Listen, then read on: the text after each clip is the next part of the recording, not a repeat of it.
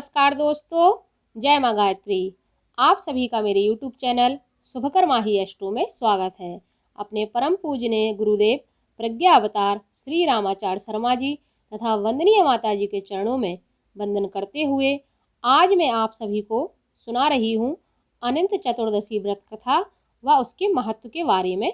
इस वीडियो में आपको मैं बता रही हूँ। अनंत चतुर्दशी के दिन भगवान विष्णु के अनंत रूपों की आराधना की जाती है। इस दिन 14 गांठें बनाकर एक अनंत धागा बनाया जाता है, जिसकी पूजा करने के बाद उसे बांह पर बांध लिया जाता है। अनंत चतुर्दशी के दिन ही कई जगह भगवान गणेश का विसर्जन किया जाता है। मान्यता है कि भगवान गणेश ने भौतिक जगत में 14 लोक बनाए हैं। मान्यता के अनुसार अनंत सूत्र के 14 गांठें 14 लोकों का ही प्रतीक मानी जाती हैं। यह भी मान्यता है कि जो लोग 14 साल तक लगातार अनंत चतुर्दशी का व्रत रखते हैं, उन्हें भगवान विष्णु के लोक की प्राप्ति होती है। अनंत सूत्र को पुरुष दाहिने हाथ में तथा महिलाएं बाएं हाथ में बांधती हैं।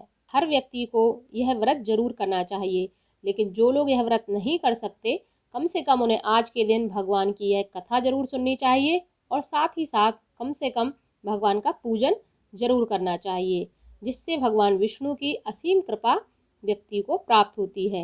अनंत चतुर्दशी व्रत कथा। इस व्रत का जिक्र पुराणों में भी मिलता है।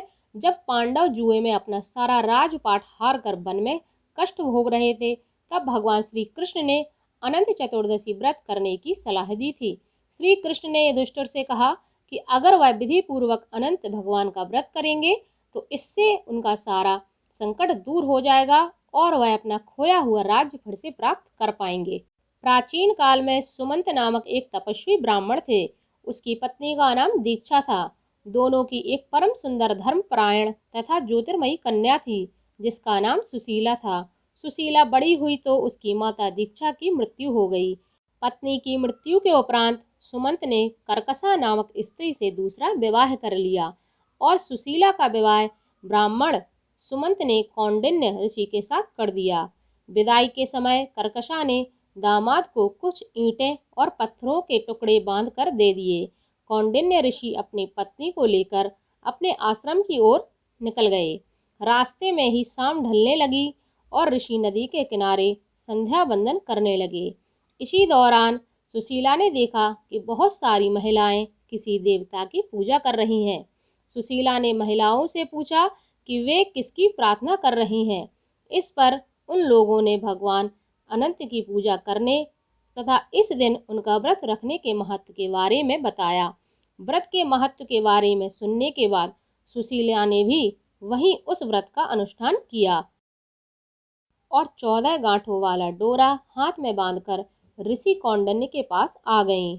कौंडिन्य ने सुशीला से डोरे के बारे में पूछा तो उन्होंने सारी बात बता दी। कौंडिन्य ने यह सब कुछ मानने से मना कर दिया और पवित्र धागे को निकालकर अग्नि में डाल दिया। इसके बाद उनकी सारी संपत्ति नष्ट हो गई और वह दुखी रहने लगे। इस दरिद्रता का उन्होंने अपनी पत्नी से कारण पूछा तो सुशीला ने अनंत भगवान का डोरा जलाने की बात कही। पश्चाताप करते हुए ऋषि कौंडिन्य अनंत डोरे की प्राप्ति के लिए वन में चले गए। वन में कई दिनों तक भटकते भटकते निराश होकर एक दिन भूमि पर गिर पड़े। तब अनंत भगवान प्रकट होकर बोले, हे कौंडिन्य, तुमने मेरा तिरस्कार किया था, उसी से तुम्हें इतना कष्ट भोगना पड़ा है। तुम दुखी हुए, अब तुम्हें पश्चाताप किया है, मैं तुमसे प्रसन्न हूँ। अब तुम घर जाकर विधि पूर्वक अनंत चतुर्दशी का व्रत करो। 14 वर्षों तक व्रत करने से तुम्हारा दुख दूर हो जाएगा, तुम धन धान्य से संपन्न हो जाओगे। कौंडिन्य ने वैसा ही किया और उन्हें सारे कलेशों से मुक्ति मिल गई। श्री कृष्ण जी की आज्ञा से युधिष्ठिर ने भी अनंत भगवान का 14 वर्षों तक का विधि पूर्वक व्रत किया और इसके प्रभाव से पांडव महाभारत के युद्ध में विजयी हुए। इसके बाद से ही अनंत चतुर्दशी का व्रत का प्रचलन आया और तभी से अनंत चतुर्दशी का व्रत मनाया जाने लगा। तो यह थी अनंत चतुर्दशी व्रत कथा व महत्व की जानकारी। अगर आपको यह कथा अच्छी लगी हो तो प्लीज़ हमारे चैनल को सब्सक्राइब करिए, वीडियो को लाइक कीजिए, वीडियो को ज़्यादा से ज़्यादा शेयर कीजिए, ताकि आपके साथ साथ आपके अपने भी इसका लाभ ले सकें। तो खुश रहिए, मुस्कुराते रहिए। थैंक यू, धन्यवाद। जय माता दी।